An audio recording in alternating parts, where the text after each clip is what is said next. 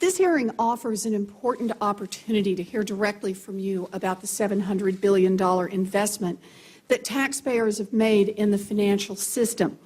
Almost exactly a year ago, Secretary Paulson told Congress that the country was in a dire state. Americans were alarmed. To restore confidence, Congress quickly passed the laws that created the Troubled Asset Relief Program, TARP. Since that time, public fear has turned into anger. Savings have evaporated, jobs have disappeared, and mortgage foreclosures are now measured in the millions of families and the billions of dollars.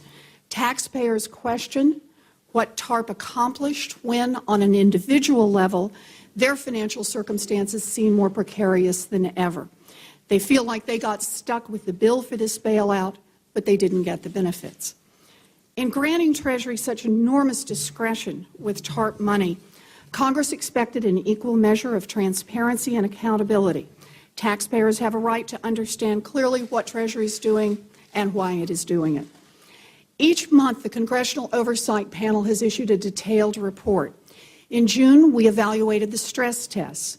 In July, we examined the repayment of TARP funds. And after we reported that the first 11 banks had repurchased their warrants from Treasury at a price that we believed was only 66% of their estimated value, the next round of banks repurchased their warrants at prices that were much closer to our estimated value.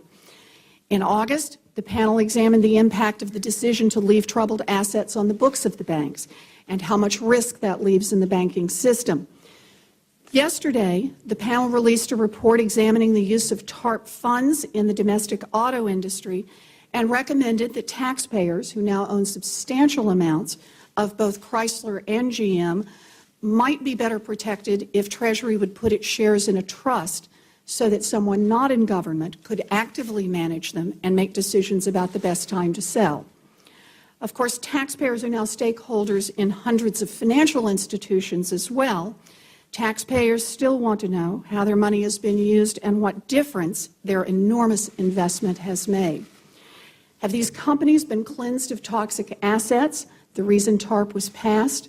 Are these companies better run today than they were a year ago? Do they treat consumers better now than they did last year? And the fear that no one wants to have to think about, what are the chances these financial institutions will stumble again?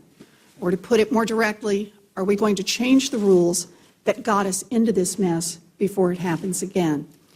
Again, thank you for coming, Mr. Secretary. We look forward to hearing from you. Congressman